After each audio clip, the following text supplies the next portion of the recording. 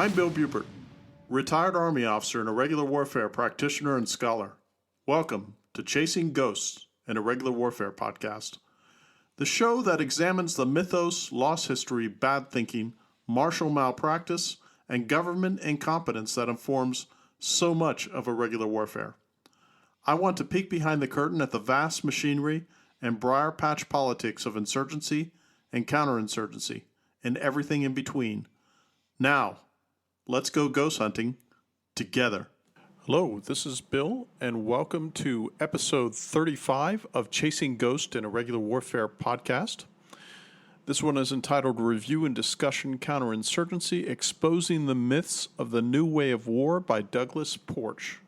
Before we get started on that review and discussion, a little bit of housekeeping. I wanted to thank all of my listeners and correspondents who have been talking to me via email and discussing things with me. I also have a new Substack for Chasing Ghosts. So if you go to Substack, put in Chasing Ghosts and Irregular Warfare podcast, Bill Bupert, I have all my episodes there linked. One of the reasons I wanted to do that was to have a comment section for each of the episodes. So I went through there and laboriously uploaded every episode along with book references, maybe PDF references and other things to expand on the subjects that I've covered in each of those respective episodes.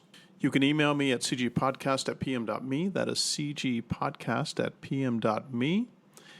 And I really enjoyed doing those excursions episodes. One was on salvo competition, and the follow-on was on the carrier and why I think the carrier, much like the man tank, has seen its day and is going the way of the crossbow and the chariot as far as a military innovation that has seen its time and is now past its use.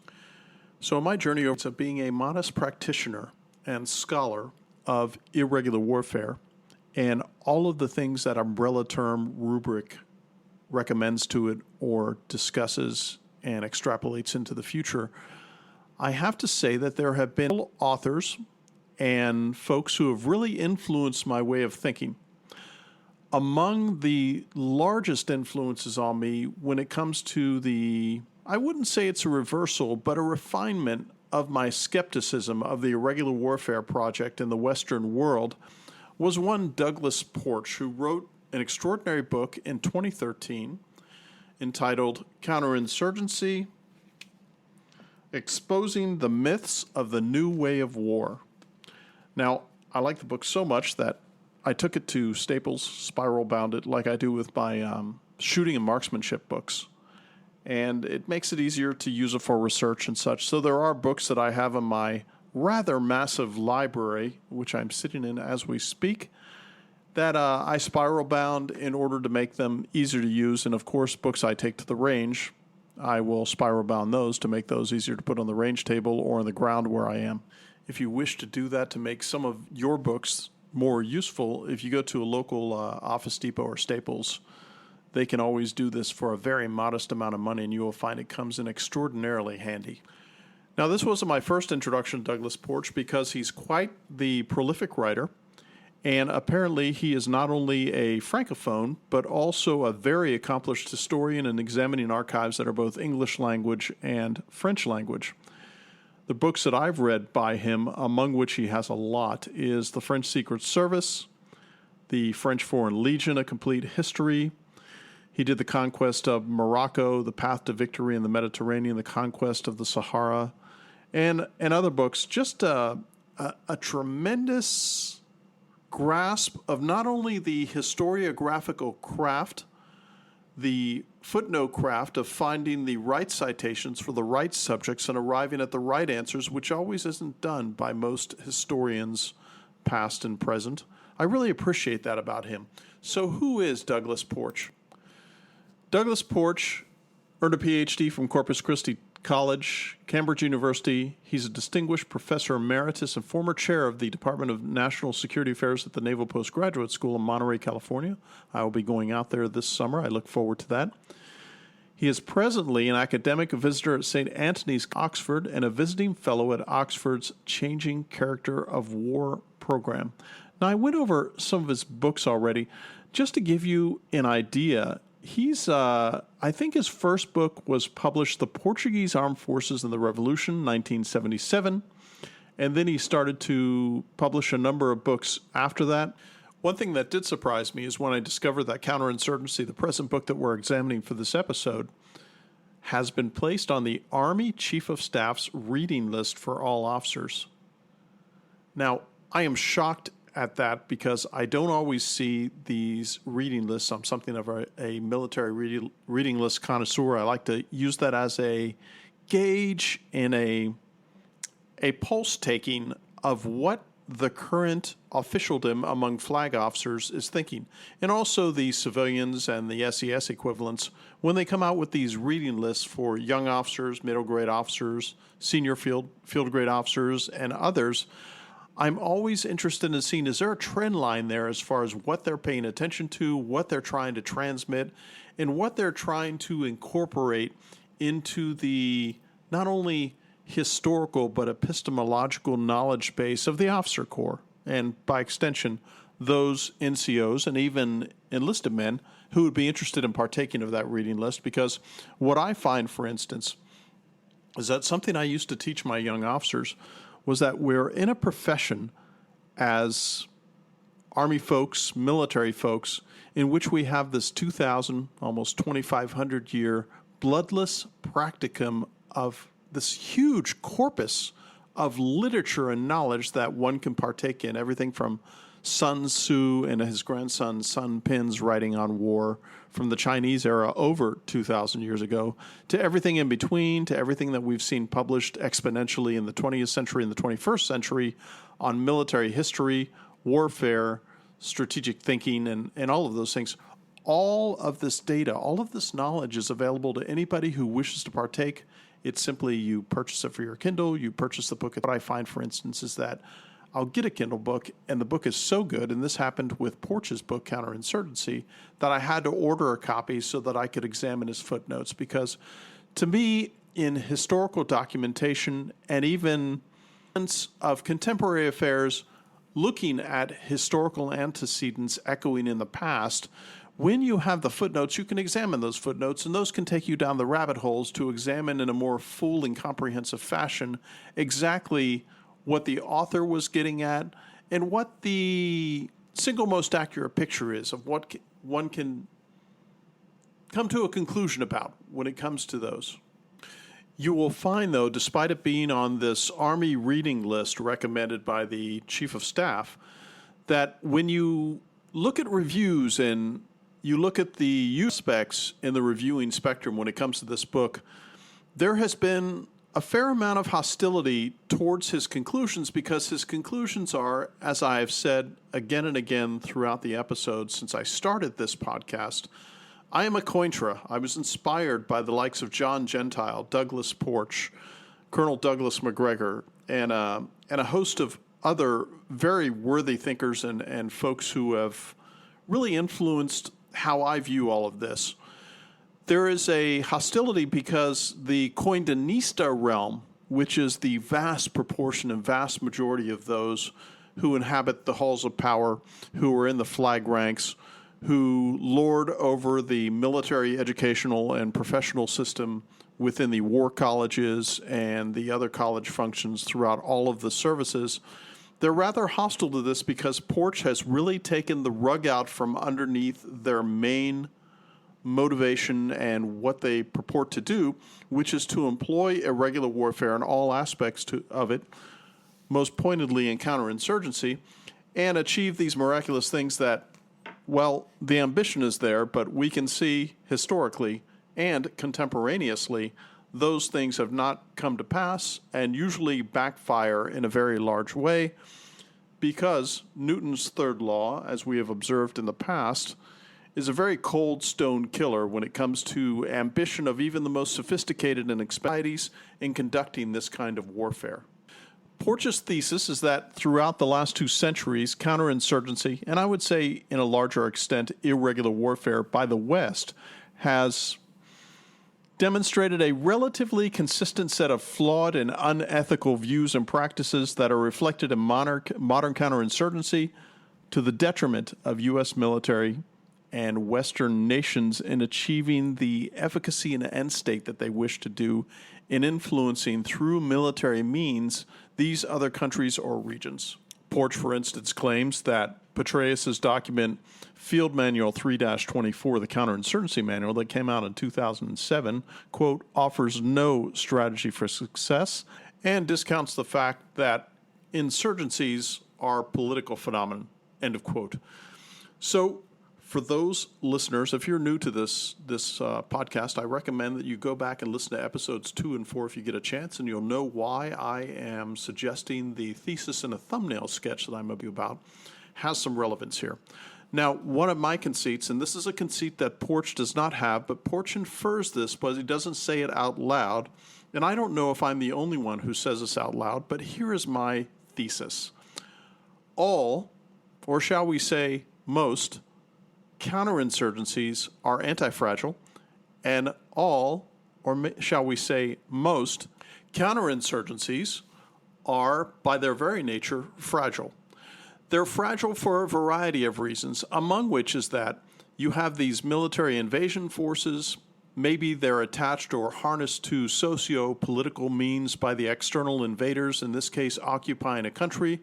If we look at Afghanistan, or we look at Iraq, or we look at Libya, or we look at Syria, or we look at Yemen, or we look at the Horn of Africa, now in the 21st century, in this last almost quarter century now, we have invested, in this case, we being the United States and the Western nations, have gone into a number of these nations and conducted counterinsurgency and have simply not won.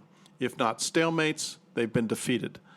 And what happens again and again is that these fragile coalitions find themselves in violent collision with tribal factions, clan factions, group factions, political factions that are indigenous to the country that has been invaded and occupied by the counterinsurgents, and find themselves over time losing in a very large way, finding stalemates in other places or portions of said conflict, not having the proper strategic design to try to best these indigenous insurgencies, and for the most part, excepting some very rare occasions, all of these counterinsurgencies launched by the West in the 21st century have met with failure. I would suggest to everybody listening that if we simply examine back to 1945, you find this almost seamless tapestry of defeats by the West, namely the United States, in prosecuting large and small conflicts and prosecuting conventional conflicts, unconventional conflicts. And some may say, again, well, the United States and the UN coalition forces and NATO coalition forces won in 1991 in the brief war in the Persian Gulf.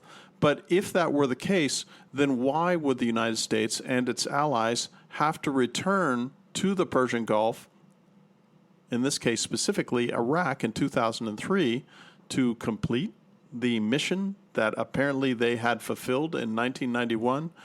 It doesn't fit the logic or the scale of the problem. I think one of the reasons why you find a number of reviews that are hypercritical of Douglas Porch's thesis is that counterinsurgency, irregular warfare, and such is business in the West.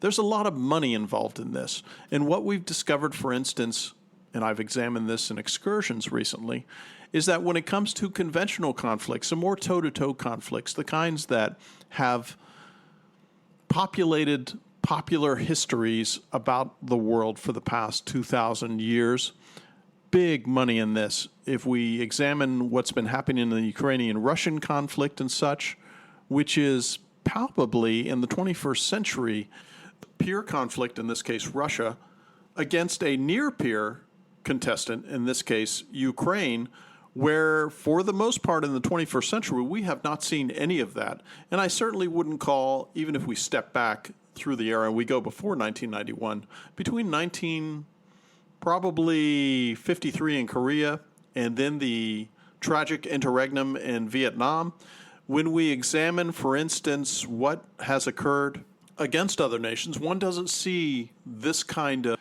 near-peer versus peer conflict that we're able to have front row seats to right now with the Ukraine and Russia.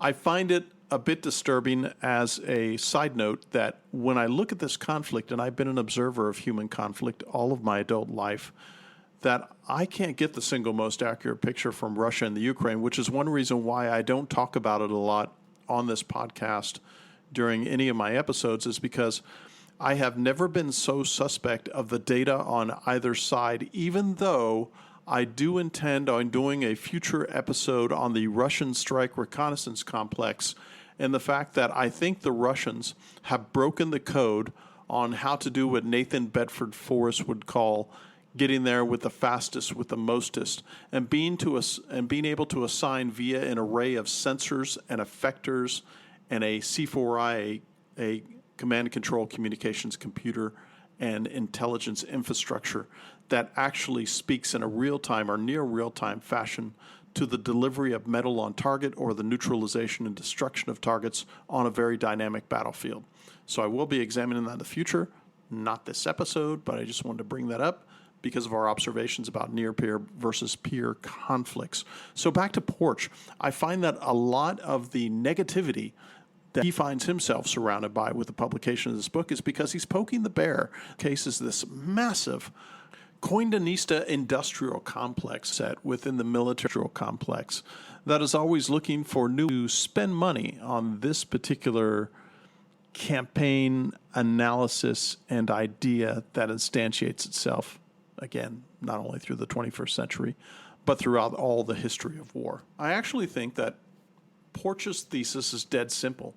What he's basically saying is that in this case, counterinsurgency as a subset under that umbrella rubric of irregular warfare, where we take this narrow slice of counterinsurgency and insurgency, he examines it not only historically, but logically, and he goes back about 200 years. He can go a lot further than that if he wished, but he wanted to confine himself to about 200 years. And in this case, since he's a francophone, he has a very able expertise when it comes to examining French efforts in Africa and such. His bottom line appears to be that whatever you want to call counterinsurgency, it is more than the latest blush and instantiation of neo-colonial warfare for all of the countries over 200 years that have wrested control of indigenous nations outside of continental Europe for the most part, and made those colonial holdings. And once those colonial holdings were in the hazard, which was probably in abeyance during the 19th century,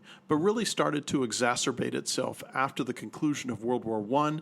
And then, of course, we have the interregnum and then World War II. And after World War II, all of these countries, France, Belgium, the UK, and all the rest of them that had colonies planet-wide would see spin-off. And as I've mentioned in previous episodes, when it comes to for instance, in 1940, they're astride this very large empire that has its problems, but nonetheless astride an empire that famously the sun never sets upon. By 1947, 1948, for the most part, especially with the departure of the Indian Raj, they own little rocks around the planet, whether it be Pitcairn Island or maybe a couple islands in the Caribbean and the Falklands. And of course, we saw a near peer and peer conflict that was a sparkle in 1982 when it came to the Falklands and what happened and what the Argentinians referred to as the Battle of the Malvinas, which they lost, and they were able to keep their Falklands Commonwealth rock at expense. I will be quoting from some of Porch's work, but what I really enjoy is that not only does he give these historical analogs, and not only do I think he makes an able, capable, and factually substantial case and why being a Cointra is the logical and moral position to be when it comes to irregular warfare, and especially in insurgency and counterinsurgency, but he covers a lot. He covers the road from Sedan, France, the paroxysms of imperial might in the shadow of the Great War, World War I, from Tipperary to Tel Aviv, British counterinsurgency in the World War II era. Speaking of which, in talks that I've had at professional organizations and occasionally online and in meetings, I have to say that I'm reluctant Anglophile, and I find that the British win all of their military victories in spite of their best efforts, especially in the last 200 years, especially in the 20th century and the 21st century.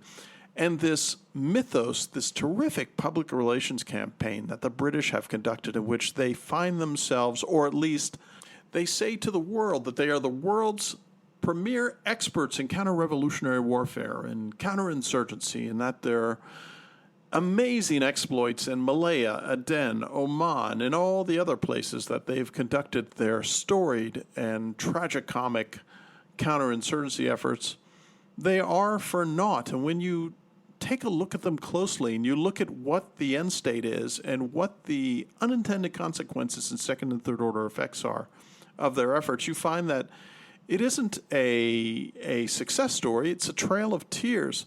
And I find that when I have the privilege of having British officers mostly in the audience at these talks that I've conducted, I do enjoy and have some schadenfreude in taking a chainsaw to their historical interpretations, which I find vastly wanting. It is my contention that in the 20th century and the 21st century, there are no experts in the West in how to successfully conduct counterinsurgency. There are plenty of experts in the West who suppose that they know how to start one and make one happen and bring everything into theater and conduct the military campaigns and the political campaigns and everything else. But when we look at this in impartial and sober observation, how many have been won? Certainly not Afghanistan, certainly not Iraq, certainly not Syria, certainly not the Horn of Africa. As I've mentioned before, there's a conflict ban before October 7th, 2023, that extended all the way from the westernmost reaches of Mali, and one can make the case the western coast of Africa, all the way to the frontier reaches of the India-Pakistan border. And when you look at that conflict ban from east to west, from west to east, from left to right, right to left, Egypt, before October 7th, was at a low ebb as far as conflict within the country. After October 7th and the assault and kerfuffle between Israel and Gaza occurred, all of a sudden, Egypt finds itself in the throes of nascent Islamic revolution or Islamic sectionalism going on in the country. So we have this band of conflict fire from the western coast of Africa all the way to India, Pakistan, and I don't see it being settled down in any fashion soon enough. In my episode, when I talked about the French involvement in Algeria and the disaster that was for the French Empire, which would even topple a French government in metropolitan France, I had quoted from a chapter that Porch did on that very topic.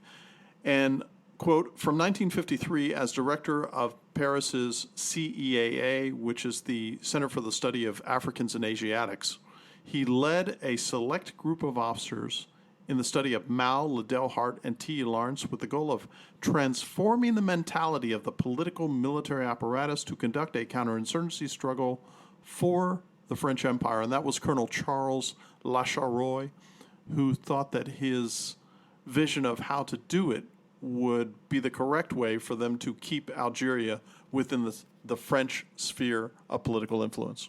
So when it comes to the scholarly mastery of French martial affairs in the English language, Porch is probably among the more capable and competent observers of how the French do their business and how they conduct counterinsurgency, how they conduct irregular warfare. And he finds, along with my observations of the British conduct of counterinsurgency and irregular warfare, that when you strip it away from all of the descriptors that we employ today and all of the language and lexicon that talks about the liberation, the not occupation of a country, but we're going there to assist allies. We're going there to assist a government to establish control from those insurgents within their country proper or even a region, as I've discussed before, when it comes to uncorking these smaller brushfire wars into larger wars by conducting large wars in the first place, and what that does through the unintended consequences.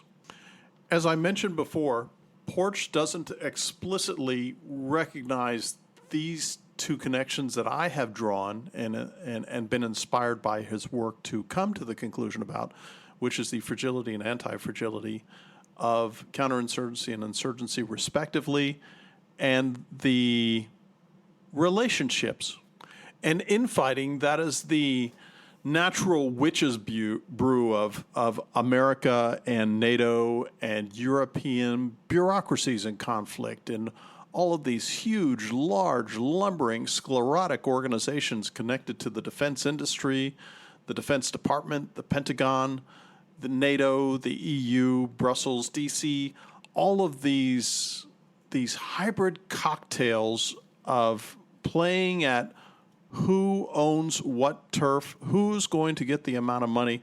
And this turns into a huge problem set in prosecuting these conflicts in a unified fashion that actually achieves the operational and strategic end state that they set out to do when they invade these countries or regions in the first place. And Porch also observes, ironically enough, that the military may have too much influence over policy. Where in this case, when it comes to irregular warfare, as Clausewitz would tell us, that war is the extension of politics by other means, the military must be the junior partner. And even the British reluctantly admit this, especially when it comes to the Malayan experience, that is in order to guide an offensive in an operational and a strategic framework that actually leads to the creation of a nation state or maybe even a regional enterprise that is neutral or beneficial to the original invader. I love this quote from Porch. Quote, Robert Kaplan, yet another reactionary populist suffering delusions of Lorentzian romanticism, praises security assistance promoted by a new generation of soft imperial grunts, armed with the martial evangelicalism of the South, who venture into Indian country to teach coin skills to indigenous militaries as a force multiplier. Kaplan fails to note that these men, trained by the United States, often have their own political, economic, or sectarian agendas and may simply oppress their own people or their neighbors. End of quote. Another thing that one can infer from this observation is that to collaborate with occupation and invading forces in a country should be held suspect in the first and the foremost because of the very fact that they are becoming collaborators, again, with the invaders of their countries. Michael Hastings, the historian, talked about this in one of his books, where he said, quote, the military culture was by nature authoritarian, and it was there they were most comfortable, even if, as special forces, they pushed against its rigidness. They still felt more at home among their brothers on the inside than on the outside. In fact, with the element of separateness, the insulated feeling of superiority was even greater. They could do things other men couldn't do and had done them, good or bad. If it was a mission, then it was permissible. If it was for us against them, it was inherently right. If it took place in the arena, it was sublime. What wasn't permissible was breaking trust, and what they viewed as trust straying outside the pack. The decade of war had hardened these feelings, creating an almost insurmountable boundary between them and the rest of society. The media just didn't play up their romantic image of warriors. The men held dearly to the romantic image themselves. They were willing to protect one another, to die for one another. That was the value that they cherished. And if you weren't part of the team, your motives were immediately suspect, impure, like the motives of politicians or diplomats. The base reasons that drove others, money and power, were not what drove them, or so they told themselves. They yearned for a pure relationship. It was kind of love that could only be found in a world they saw reflected in themselves. End of quote.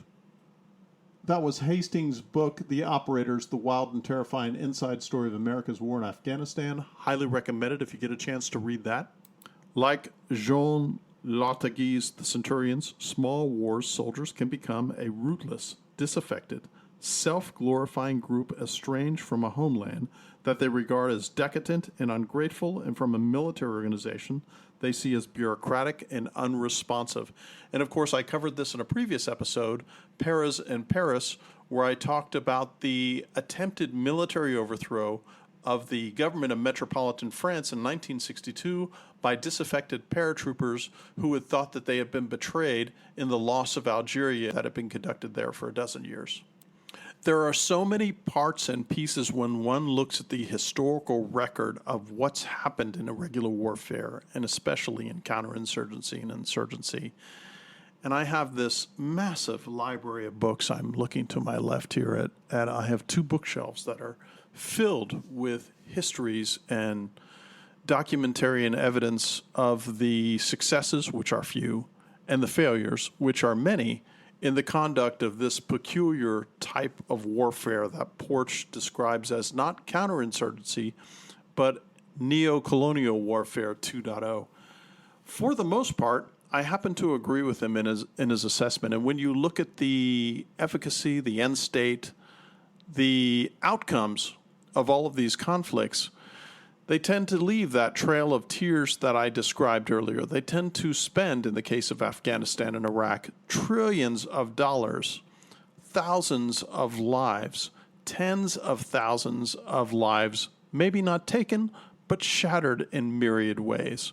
Everything from having been proximate to IED explosions and TBIs and the number of veterans that we have now who suffer a number of perceived or real ailments as a result of having participated in these conflicts, or something that I'm not saying that I'm fond of this, but I think it's a trenchant observation on what we have.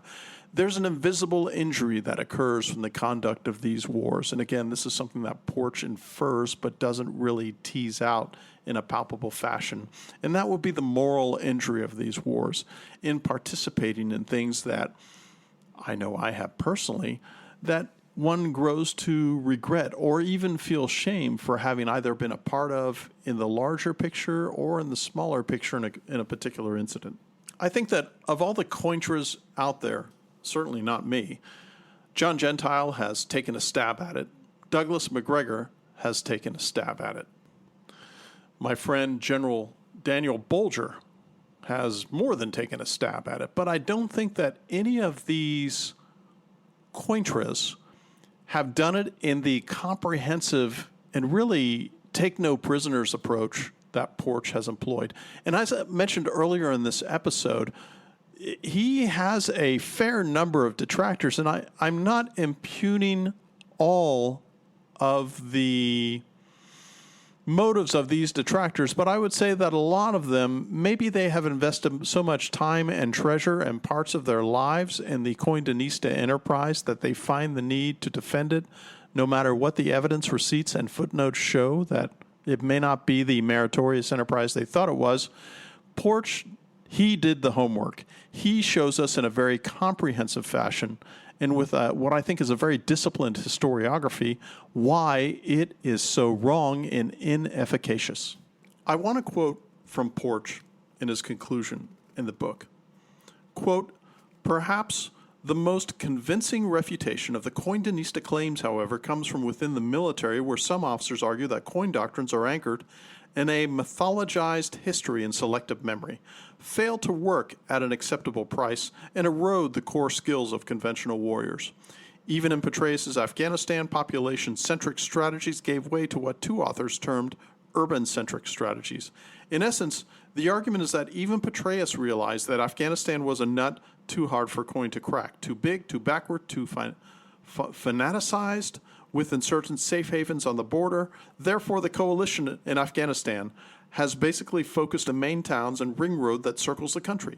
There are at least two problems with this urban-centric approach, beginning with the fact that the insurgency is concentrated in the countryside, where almost 80% of the population lives not in the cities. When U.S. forces or allied forces do venture into the countryside, they build their bases outside the villages, sometimes to disadvantageous positions, far from air support, so that the village may become a staging area for attacks that become quite costly.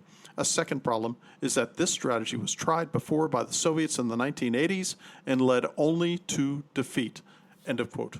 Look, Afghanistan is a figment of the Western imagination.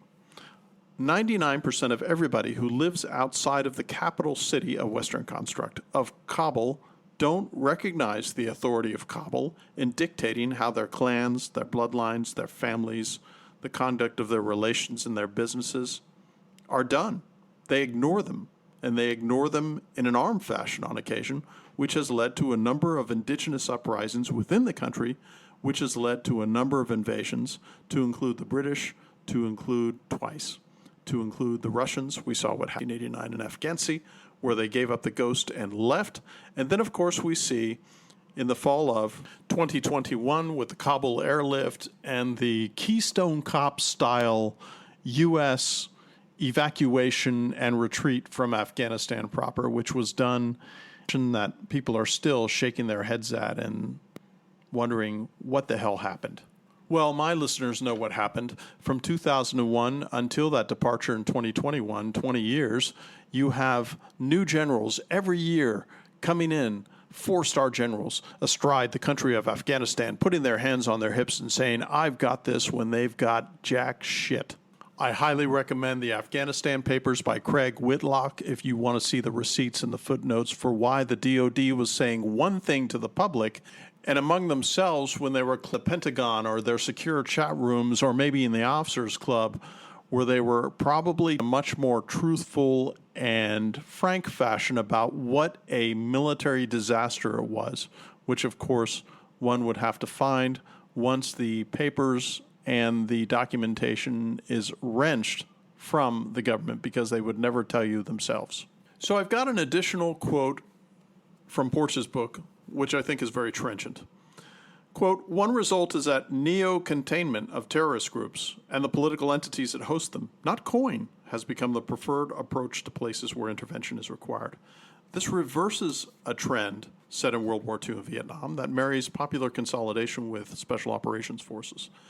Now COIN appears to have been jettisoned as slow and ineffective, leaving SOF as a standalone. It appears that we are back to Palestine in the late 1930s, when Lord Trenchard's bombers combined with Ord Wingate's special night squads as a formula to subdue the Arab revolt.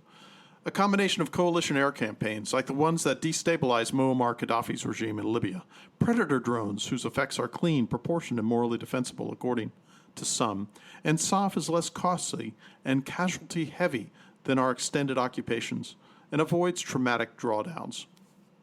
The inevitable collateral damage produces tremendous levels of local resentment, but there is little indigenous peoples can do about bombs directed at them from unseen predators commanded from control stations in California or Las Vegas. SOF and drones also offer more psychological appeal because they restore heroism, legitimacy, righteousness, manliness, and a sense of technological finality to the battlefield, attributes that avoid the expensive quagmire of Basevich's armed social work.